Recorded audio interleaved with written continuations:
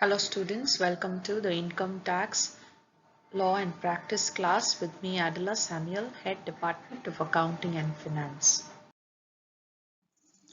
Computation of Business Income. Sum number 1. Mr. Tamburaj submits the following particulars of his business. Calculate the income from business. Contribution to unrecognized provident fund rupees 20,000. Provision for income tax and wealth tax rupees 10,000. Advertisement rupees 10,000. Provision for excise duty rupees 5,000. Interest on late payment of sales tax rupees 1,000. Office expense rupees 3,000. Net profit as per profit and loss account is rupees 3 lakhs. So while computing this sum, computation of income from business of this person, first we have to take the net profit as per profit and loss account, which is given as 3 lakhs. To this 3 lakhs, we have to add back the inadmissible expenses. So the inadmissible expenses will be contribution to unrecognized provident fund 20,000, provision for income tax and wealth tax rupees 10,000, provision for excise duty 5,000. The remaining are all business expenses. So only that is not related to business we are going to consider under this head, and we are going to add it back to the net profit which is given as per profit and loss account. So if you add all these things, it comes up to 35,000. You're going to add it back to the net profit. So it gives you a business income of rupees 3,35,000. So this is the answer for the first sum. Sum number 2. Profit and loss account of Mr. Sundar shows as profit of rupees 1,25,000.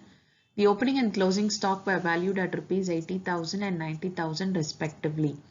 Both the stocks were undervalued at 20% below cost. The depreciation was overcharged by rupees 3,000. Compute his business income.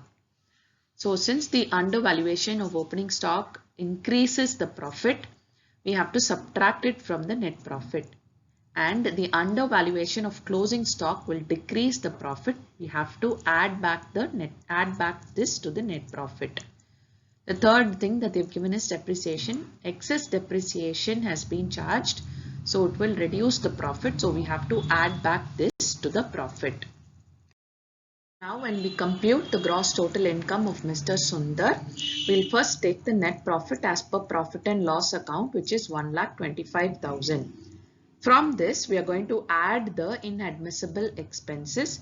So we have an inadmissible expense of depreciation alone, which is overcharged. Excess depreciation is charged. So we are going to take that as 3,000 and add it back, because it will reduce the net profit. We are adding it back. Then less, we have to minus the undervaluation of opening stock. 80,000 is given to us, which is the they say that it is 20% is less. So 80,000 into 20 divided by 80, you will get 20,000. Add the undervaluation of closing stock, which is 90,000 into 20 divided by 80 again. So that will become 22,500.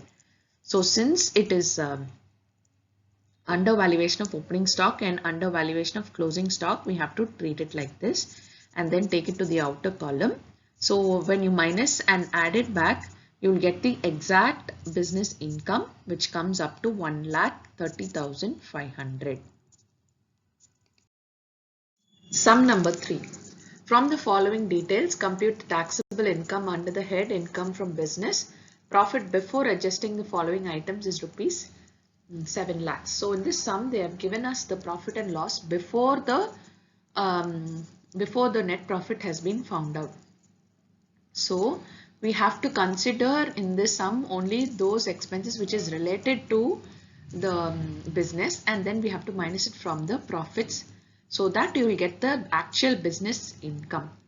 So they have given trade expenses, establishment charges, household expenses, discount allowed, income tax, provision from for bad debts, donation to National Defence Fund, audit fee. So when you start the computation of the taxable income, First, you have to take the net profit as per the profit and loss account before computation of anything. So that's given as 7 lakhs. From this, you're going to minus the admissible expenses. Admissible expenses are trade expenses, establishment charges, discount allowed, audit fees. All these are admissible because it belongs to the business head. For the business, they have spent all these expenses. So only that which is admissible, you're going to minus from the net profit. So if you minus 16,200, which is admissible expenses from 7 lakhs, the taxable income for business is 6,83,800.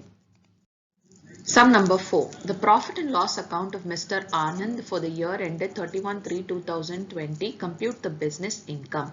So they have given us the profit and loss account. So the debit side and credit side is given to us. We have salaries, rent, general expenses, depreciation, charity, donation, bad debts, provision for bad debts, advertisement, net profit.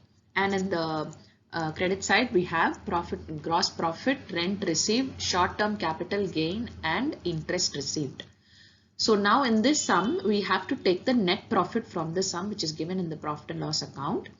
And from the profit and loss account, we have to take whatever is not relevant to business income and add it back. Inadmissible expenses, we have to add it back. Anything that is that in any other income that is not related to business income, we have to minus that. So seeing this profit and loss account, we have to prepare the income from business head. So coming to the solution, computation of business income of Mr. Anand. So we take 3 columns, particulars, inner and outer column. So first we'll start off with the net profit as per profit and loss account, which is given as 12,000 in the profit and loss account. From this, you're going to add back the inadmissible expenses. So in the debit side, if you see, you have charity, donation, provision for bad debts, which is not related to your business income. So you take that and you can add it back. So if you add it back, you will get 15,000. Now coming to you have to minus the non-business incomes. So when you see the credit side, you have incomes like rent received, short-term capital gain, and interest received. All these are not business incomes. They are incomes from other sources. For rent received is from house property head. Then you have capital gain and interest received from something else, not from the business. So you treat it as non-business incomes. So when you treat it like that, you take that to the outer column and minus it from the net profit. Your business income is going to be inadmissible expenses, and what we need to see what is the non-business incomes, and then go in for doing the calculation.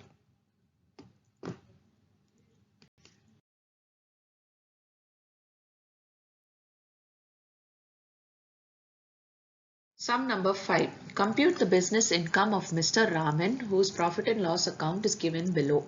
So we have another profit and loss account given to us, and we have to consider the values that are inadmissible expenses and the profits that are not related to business income.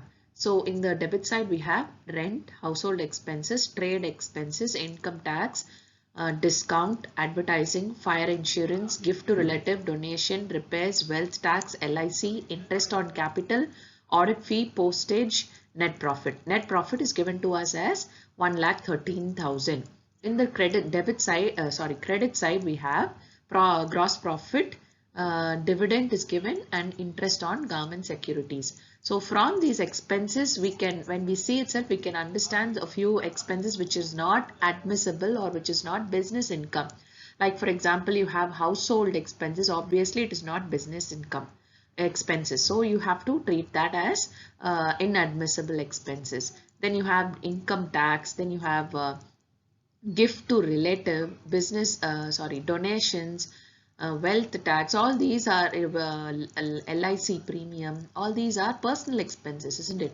So all these cannot be considered as business expenses. So that is why we call them as inadmissible expense. So we'll treat all this and take it and add it to the net profit back, so that you will get the actual business income.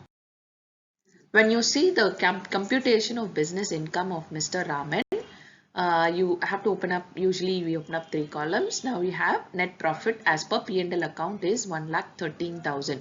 From this, you're going to add back the inadmissible expenses, expenses like household expenses, income tax, gift to relatives, donation, wealth tax, LIC, interest on capital. All these are, they are not business expenses.